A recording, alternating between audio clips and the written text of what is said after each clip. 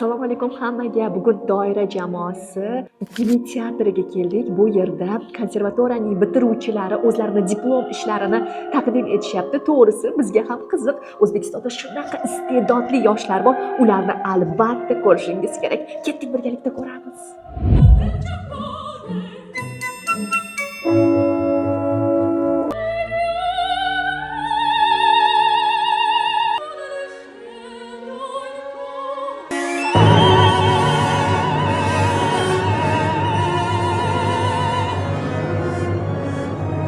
Assalomu alaykum avvalambor. Assalomu alaykum.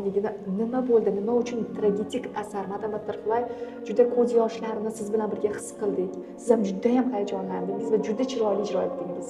Bu opera Giacomo Puccini tomonidan yozilgan. Главный obraz Madam Butterfly. Men avvalambor juda ham xursandman, faxrlanaman shu obrazni, shu rolni ijro etganimdan. Xudo xohlasa bundan ham keyin zo'r spektaklga chiqish nasib qilsin. Bu endi meni diplom ishim bo'lganiga, hozir oxirgi opera. Keyingilarini ham Xudo xohlasa kuzatib borsanglar, chiroyli chiqishlar qilamiz. Albatta, sizni ijtimoiy tarmoqlarda kuzatib boryapmiz. Chiroyli chiqishlaringizni ko'proq qo'ying, biz sog'inib qolyapmiz. Ilohim, xo'p, ko'raman. Sog' bo'ling. Sizga omad yegin. Rahmat, sog' bo'ling. Sog' bo'ling.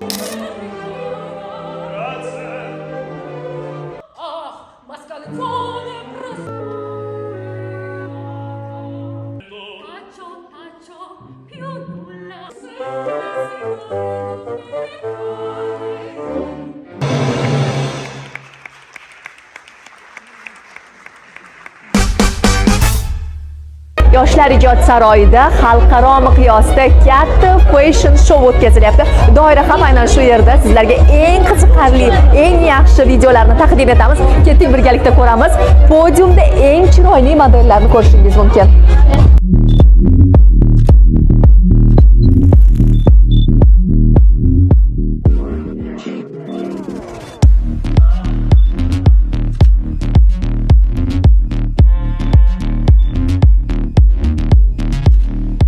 Fashion show. Uning organizatori esa Umida Haydaraliyeva. Assalomu alaykum Umida opla. Xalqaro fashion showdamiz. Keling to'liqroq tushuntirib bering. The Fashion Show Line, проект Fashion Show Line проходит 2 раза в год. Этот показ уже около 10 лет, мы на платформе 10 лет, и мы всегда рады видеть на этой платформе национальных дизайнеров, брендов и, конечно же, моделей, которые участвуют и показывают эти прекрасные наряды, коллекции. Это страны как Казахстан, Таджикистан, Армения, вот к нам Россия прилетели для участия. Наши дизайнеры, у нас очень красивые наряды, у нас очень хороший, красивый материал. Это атлас, это адрас, это либослар. Но на данный момент наши дизайнеры, они уже выходят, как вам правильно, на национальные традиции, но в современном стиле. Все равно наши национальные традиции наши дизайнеры оставляют. И поэтому, когда наши дизайнеры участвуют за рубежом на международных показах моды, наши коллекции, наш колорит, он остается, и он очень интересен. Ketdik birgalikda pokazni tomosha qilamiz.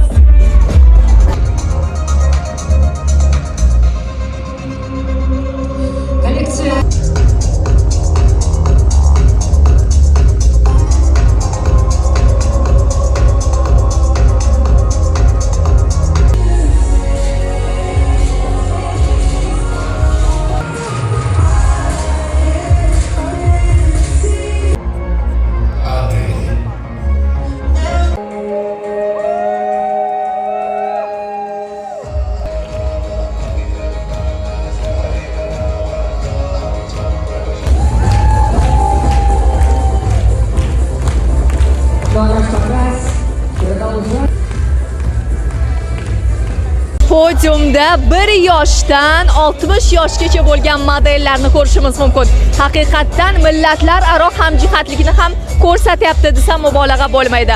Tojikiston, Qirg'iziston, Ozarbayjondan kelgan dizaynerlar o'zlarining chiroyli liboslarini bizga namoyish qildi. Doiradan uzoqlashmang.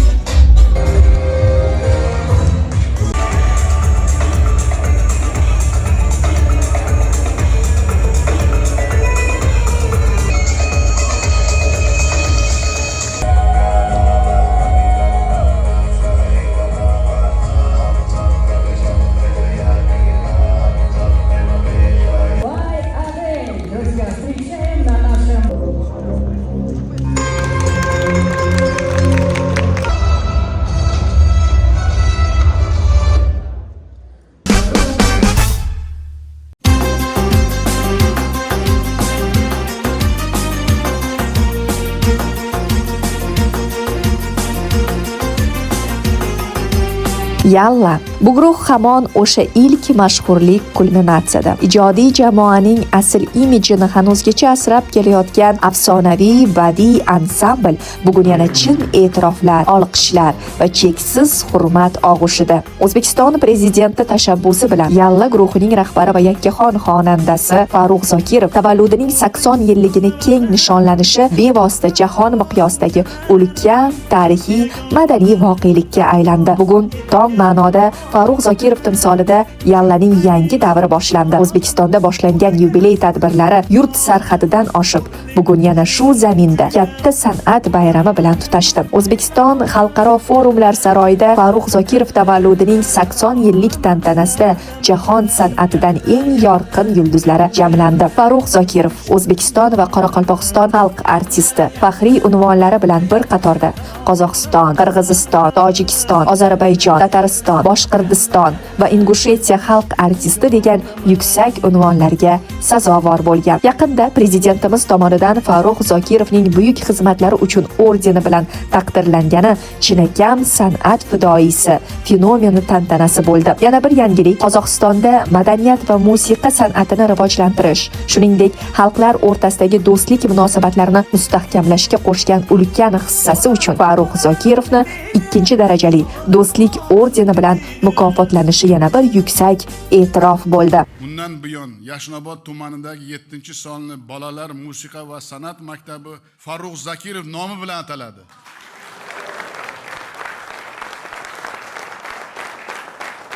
Shu maktabda Yalla nomidagi bolalar ansambli tashkil qilamiz. Yoshlar ijodiy laboratoriyasi tashkil qilamiz. Zamonaviy ovoz va video yozish studiyasi tashkil qilamiz. Ustoz shogird an'analari asosida estrada yo'nalishi bo'yicha ijrochilik mahorati sinflari faoliyati yo'lga qo'yiladi. Ustoz ijodkorlarning oyligiga qo'shimcha 6 million so'mdan ustama to'lanadi.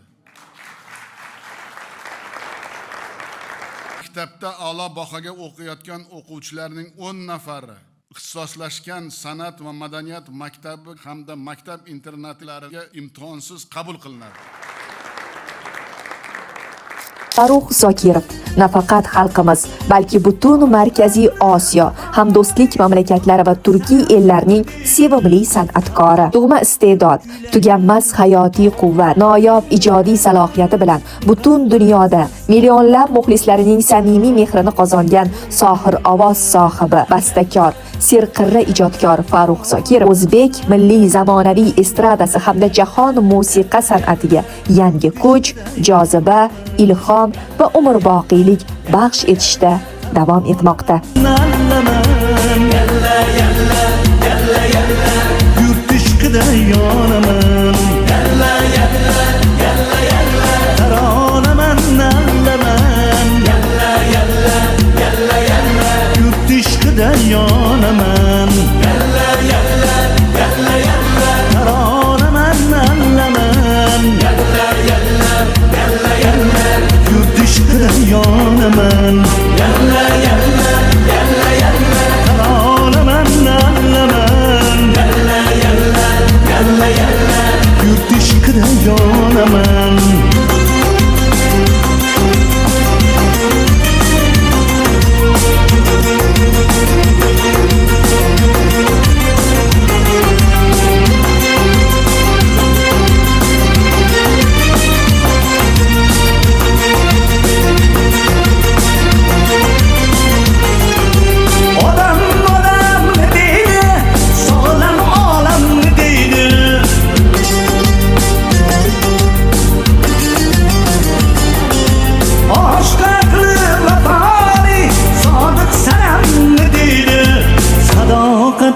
Gülayman, oqibatin o'ylayman.